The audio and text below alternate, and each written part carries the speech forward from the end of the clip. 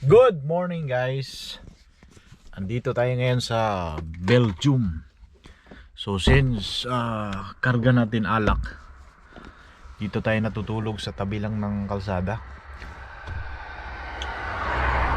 Tabi. Hindi nakatulog kagabi dahil maalog-alog pa may dumaan na sasakyan. Tama naman yan, no? Dito sa gilid. Pakita sa inyo. Dito tayo sa gilid ng kalsada. So i-check natin kung ating pangarga ay hindi ba nananakawan. Dumadaan ng mga jeep.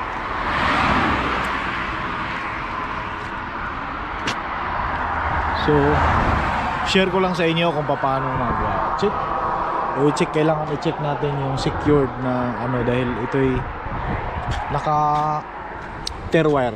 So check natin tong tear wire, hilain nyo to kasi yung mga magnanakaw, hilain nyo yan kasi may mga bagong technique yung mga magnanakaw. Hilain nyo to, no? Hilain mo tong ano, yung tear wire na yan, matibay yan.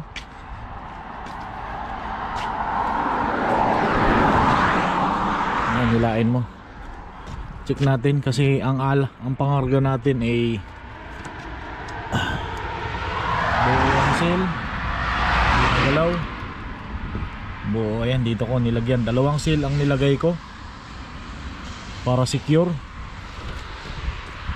Dahil itong pangarga na ito ay Jack Daniel, no?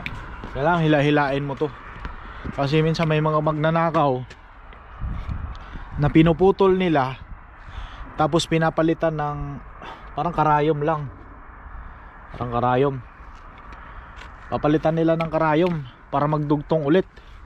So hindi mo malalaman kung nanakawan ka ba o hindi kasi pag pinex mo yan, pag nilagyan ng karayom lang dugtong nito, wala.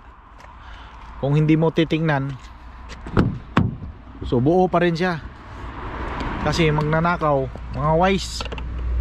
So meron na kami kasama dito dati na nanakawan ng ganyan. Mga tools, pangarga niya. So nakasilyo pa rin.